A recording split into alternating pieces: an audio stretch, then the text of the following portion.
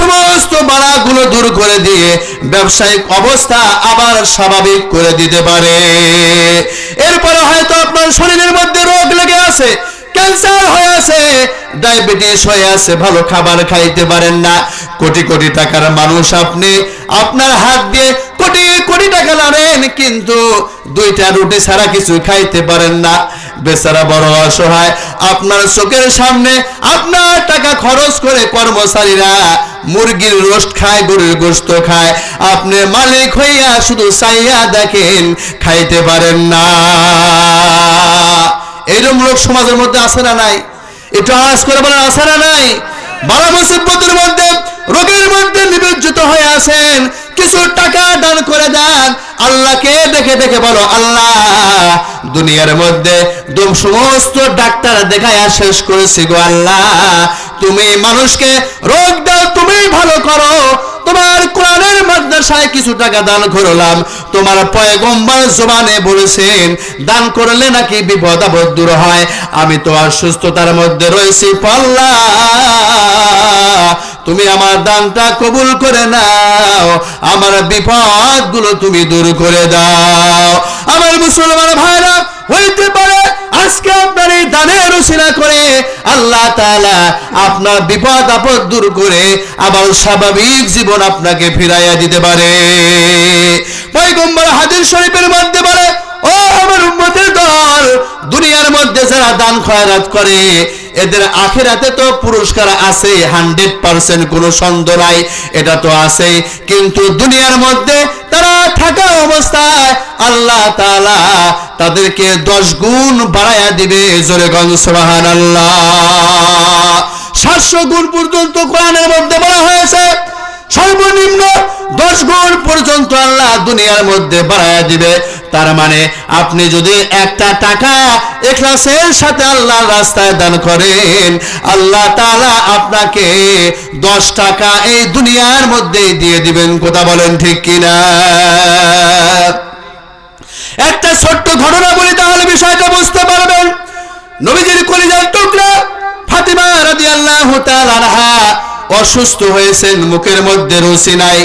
এবার তার স্বামীকে বলতেছে, আলীকে বলতেছে, স্বামী আমার মুখের মধ্যে রুচি নাই, অসুস্থতার কারণে আমার একটা আনার খাইতে মনে চাইতেছে, একটা ডালিম খাইতে মনে চাইতেছে, আপনি যদি আমাকে একটা ডালিম খাওয়াইতেন তাহলে আমি একটু শান্তি পাইতাম।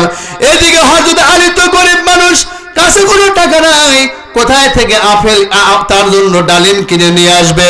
এবার তিনি বিবিকে সান্ত্বনা দিয়ে কিছু টাকার ব্যবস্থা করে তিনি বাজারের মধ্যে চলে গেলেন। যাওয়ার পরে বলতেছে, আল্লাহ অনেক আপেল, অনেক ডালিম কেনার সামর্থ্য আমার নাই, যে সামর্থ্য রয়েছে একটা ডালিম কিনে আমার বিবির জন্য আমি নিয়ে যাইতেছি। এই বলে একটা ডালিম কিনে পকেটের মধ্যে করে নিয়ে নবীজির সাহাবী বাড়ির দিকে আসতেছে। মুসলমান ভাইরা আমার, ঘটনাটা একটু দিনের কান দিয়ে বুঝবেন। এবার যখন হযরত আলী বাড়ির দিকে আসতেছে, একটা ফকির এসে বলতেছে, ভাই আলী, কতদিন ধরে, কয়েকদিন ধরে কিছুই খাই না, ডাক্তার বলেছে আমাকে ডালিম খাইতে হবে, যদি একটা ডালিম তুমি আমাকে কিনে দিতা, সেই ডালিমটা খেয়ে আমি আমার রোগ মুক্ত করে নিতাম। নবীজির প্রিয় সাহাবী হযরত আলী বলতেছে, হায় রে হায়, মনে মনে চিন্তা করতেছে, আমার কাছে ডালিম আছে, ফকির জানলো কেমন করে? কিন্তু তারা তো ফকিরকে ফিরে দিবে না। তার স্ত্রীর কথা চিন্তা করলেন না, আল্লাহর উপর বিশ্বাস করে ডালিমটা ফকিরকে দান করে দিলেন। ডালিমটা দান করার পরে লজ্জায় বাড়ির মধ্যে ঢুকতেছে না, গেটের সামনে শুধু একবার এই দিক যায় আর একবার ওই দিক যায়, চিন্তা করতেছে, প্রাণের বিবি আমার একটা ডালিম চেয়েছিল, একটা 5টা 7টা চায় নাই, সেই একটা ডালিম পর্যন্ত আমার বিবিকে খাওয়াইতে পারলাম না। একটা ডালিম কিনেছি, সেটাও ফকির এসে নিয়ে গেল। এই লজ্জায় সে বাড়ির ভিতরে ঢুকতেছে না। এই দৃশ্যটা ফাতিমা দেখার পরে দরজা খুলে বলতেছে, ও আমার স্বামী, আপনি লজ্জা করবেন না, ঘরের ভিতরে আসেন, ঢুকে যান। আপনি খাওয়াতে চেয়েছেন, এতে আমি খুশি। আল্লাহ আমার রোগ পরিপূর্ণ সুস্থতা বানায়া দিয়েছে।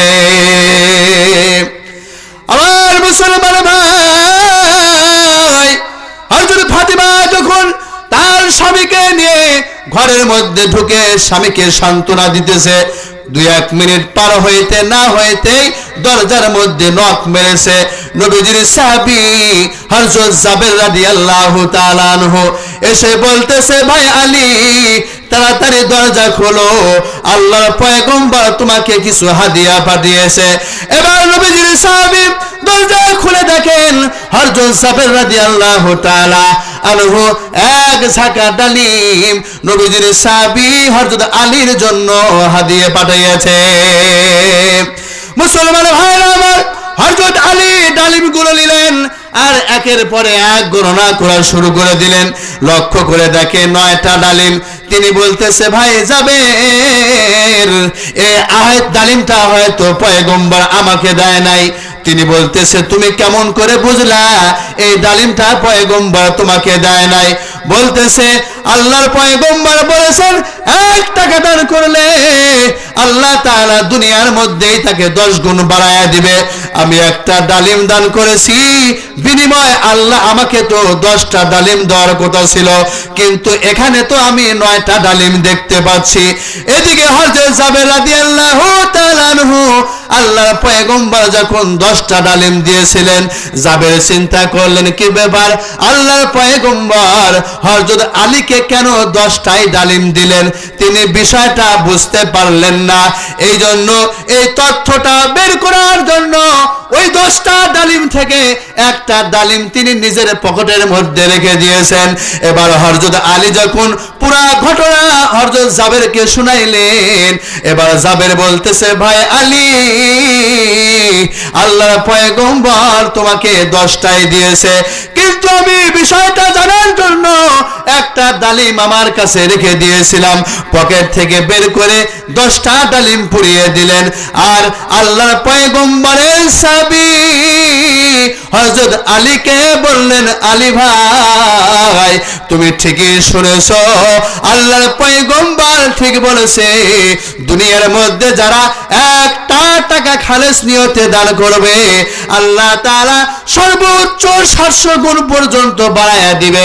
সর্বনিম্ন আল্লাহ এই দুনিয়ার মধ্যে তাকে 10 গুণ বাড়ায়া দিবে। জোরে বলেন সুবহানাল্লাহ, আর একবার বলেন সুবহানাল্লাহ। করলা গিয়া কান্দ তুমি, কার লাগিয়াই হাসো,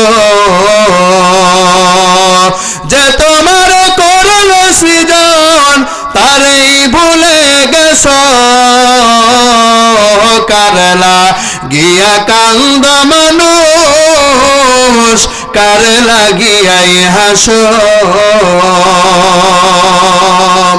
মুসলমান ভাইরা আমার, বলতেছিলাম আমাদেরকে জান্নাত পাইতে হইলে, তাকওয়াবান মুসলমান হইতে হইলে আল্লাহর রাস্তায় আমাদেরকে দান করতে হবে। কথা বলেন ঠিক কিনা? প্রিয় মুসলমান ভাইরা আমার, এই জন্য আমরা যদি তাকওয়াবান মুমিন মুসলমান হইতে চাই, আমরা যদি জান্নাত পাইতে চাই, আমাদেরকে আল্লাহর রাস্তায় দান করার প্রয়োজন আছে না নাই? একটু আওয়াজ করে বলেন, দান করার প্রয়োজন আছে না নাই? এই যে আপনারা দেখতে পাচ্ছেন, আজকে এই কোরআনের মাদ্রাসা কর্তৃক মাহফিলের আয়োজন করা হয়েছে। এই যে দীর্ঘ সময় আলোচনা শুনতেছেন, এই কোরআনের ছাত্ররা তারা হাফেজ হয়ে গিয়েছে। কথা বলেন ঠিক কিনা? এখানে কিছু সিমেন্ট দিয়ে, জায়গা দিয়ে, বুদ্ধি দিয়ে, শ্রম দিয়ে আপনি যেইভাবে সহযোগিতা করবেন, এর বদলা আপনি হাসরের ময়দানে আমরা পাইতেই থাকবো। এটা হইতেছে সদকা জারিয়া। কথা বলেন ঠিক কিনা? এই জন্য এই মাদ্রাসায় আমাদেরকে দান ধ্যান করতে হবে, সহযোগিতা করতে হবে। এর ফলে এই যে দেখলেন 2টা ছাত্র হাফেজ হয়েছে।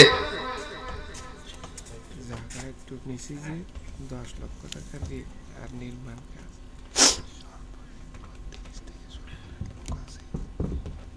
এই জন্য প্রিয় মুসলমান ভাইরা আমার, এই কোরআনের মাদ্রাসায় আপনার দেওয়া টাকা দিয়ে ছাত্ররা পড়াশোনা করে যদি এখানে হাফেজ হয়, আলেম হয়, মুফতি হয়, এর সব আমরা কবর থেকে পাবো কি পাবো না? বুখারী শরীফ থেকে একটা হাদিস শুনে আপনাদেরকে আশ্চর্য হয়ে যাবেন। হাদিস শরীফের মধ্যে আল্লাহর পয়গম্বর বলেন, এক শ্রেণীর মানুষ হাসরের ময়দানে আল্লাহ তাআলাকে ডেকে বলবেন, আল্লাহ তাআলা যখন প্রত্যেকের হাতের মধ্যে হিসাব বুঝিয়ে দিবেন, এক শ্রেণীর মানুষ তাদের হিসাবগুলো বুঝিয়ে পাওয়ার পরে আল্লাহকে ডেকে বলবে, আল্লাহ আপনার ফেরেশতারা হিসাব লিখতে ভুল করেছে, আমার হিসাব আমি বুঝতেছি না। আমার মুসলমান ভাইরা আমার, আল্লাহ বলবে, ও আমার বান্দা কি ভুল করেছে সেটা পরে দেখতেছি, আগে বলো তোমার হিসাব নিকাশের মধ্যে কি সমস্যা হয়েছে। এবার ওই সমস্ত বান্দারা বলবে, আল্লাহ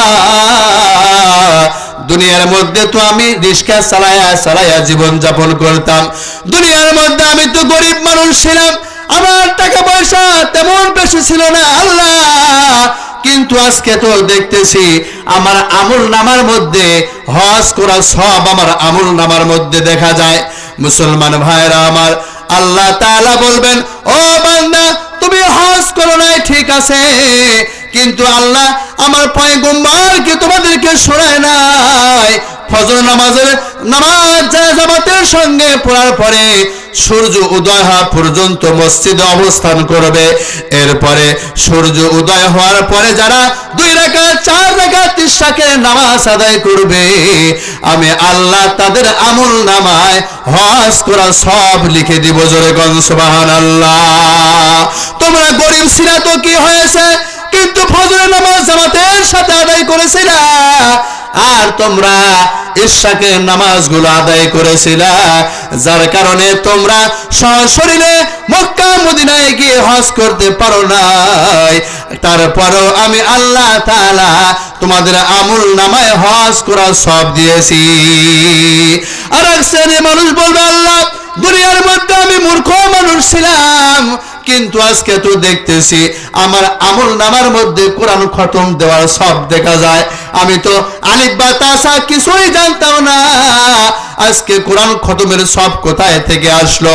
আল্লাহ তাআলা বলবেন, বান্দা তুমি কি জানো না, তুমি কি দুনিয়ার মধ্যে ওই যে দেখতা মারকাজুল হিদায়াত টুঙ্গিতে একটি মাদ্রাসা ছিল, ওই মাদ্রাসায় এতিম অসহায় ছাত্রদেরকে তুমি কোরআন কিনে দিয়েছিলা, সেখানে জায়গা কিনে দিয়েছিলা, সেখানে তুমি ইট বালু খোয়া সিমেন্ট দিয়ে ছাত্ররা যেন ভালো করে পড়াশোনা করতে পারে, কোরআন শিখতে পারে, সর্বোচ্চ সহযোগিতা করেছিলা। তোমার টাকা দান করার কারণে তারা কোরআনের হাফেজ হয়েছে, মুফতি মুহাদ্দিস হয়ে হয়ে বড় বড় আলেম তারা হয়ে গিয়েছে। ওরে বান্দা, আমি তো দুনিয়ার মানুষের মতো বখিল নয়, তোমার টাকা দান করার কারণে একজন হাফেজ হয়েছে, সে যেই রকম ভাবে সব অর্জন করেছে, তোমার টাকা দান করার কারণে হওয়ার কারণে ওই পরিমাণ সব আমি আল্লাহ তোমার আমল নামাতেও দিয়েছি। জোরে বল সুবহানাল্লাহ। এই জন্য প্রিয় মুসলমান ভাইরা আমার, রাত্রি গভীর হয়ে গিয়েছে, আমি একজন মুসাফির মানুষ, আপনাদের জন্য প্রাণ খুলে খুলে আপনাদের জন্য দোয়া করব। আসেন একটু এই কোরআনের মাদ্রাসার জন্য মুহাতিম সাহেব বলতেছে জায়গা কেনা হয়েছে, অনেক টাকা ঋণ হয়ে গিয়েছে, এই ঋণটা পরিশোধ করতে হবে, এগুলা কোরআনের মাদ্রাসা আমাদেরকে দিয়ে সহযোগিতা করতে হবে। এই জন্য আল্লাহর বান্দা একটু দিলটা নরম করে একটু মন খুলে খুলে দান করে যাবেন, আপনাদের জন্য আমি মন খুলে মুসাফির হয়ে দোয়া করে যাব ইনশাআল্লাহ। এই জন্য প্রিয় ভাইরা, আসেন একটু যার যার নিজ নিজ জায়গা থেকে 5টা মিনিট কালেকশন করে আপনাদের জন্য দোয়া করবো ইনশাআল্লাহ তাআলা। আপনারা যে যে উদ্দেশ্য সমস্যার মধ্যে আছেন, যে উদ্দেশ্য দান করবেন, আমি ইনশাআল্লাহ সেই সমস্যাকে সামনে রেখে আপনাদের জন্য দোয়া করা হবে ইনশাআল্লাহ তাআলা। জি ভাই, একজন ভাই মন থেকে একটু কোরআনের মহব্বতে এখানে কোরআন শিক্ষা দেওয়া হবে, একটু যদি মন খুলে দোয়া করতেন, দান করতেন, আপনাদের জন্য দোয়া করে যেত ইনশাআল্লাহ তাআলা। জি ভাই, একজন বলেন, আছেন কোন ভাই? বলেন, একটু বলেন ভাই। কোরআনের মাদ্রাসা, দিনটা নরম করেন, দান ধ্যান আমাদের করতে হবে।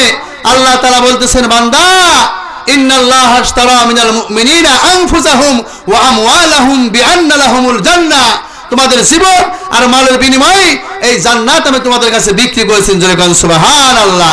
এই জন্য জান্নাত পাইতে হলে আমাদেরকে এই দান মাল দিয়ে আমাদেরকে দান খয়রাত করতে হবে, আল্লাহর পক্ষে থাকতে হবে। কথা বলেন ঠিক কিনা? জি ভাই, কয় টাকা?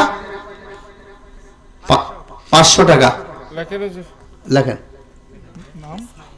আল্লাহ তাআলা তোমার একজন বান্দা ইসমাইল ভাই, যুবক ভাই, গভীর রজনীতে টিপ টিপ করে করে কুয়াশা পড়তেছে। আল্লাহ মাইকের কন্ডিশন ভালো নয়, পর্যাপ্ত পরিমাণ শীত পড়েছে, তারপরেও দীর্ঘ সময় আলোচনা শুনলেন। তোমার কোরআনের মহাব্বতে 500 টাকা দান করলো, তুমি ভাইজানের দানটা কবুল আর মঞ্জুর করে নাও। আয় আল্লাহ তাআলা ভাইজান যে উদ্দেশ্য নিয়ে দান করেছে মাবুদ, তার মনের নেক বাসনা তুমি পূরণ করে দাও। দুনিয়া এবং আখিরাতে যত জরুরত রয়েছে সমস্ত জরুরত তোমার গায়েব থেকে তুমি পূরণ করে দাও। সকলে বলে আমিন। আরেকজন বল ভাই, এটাকে নাম নাম বলবেন।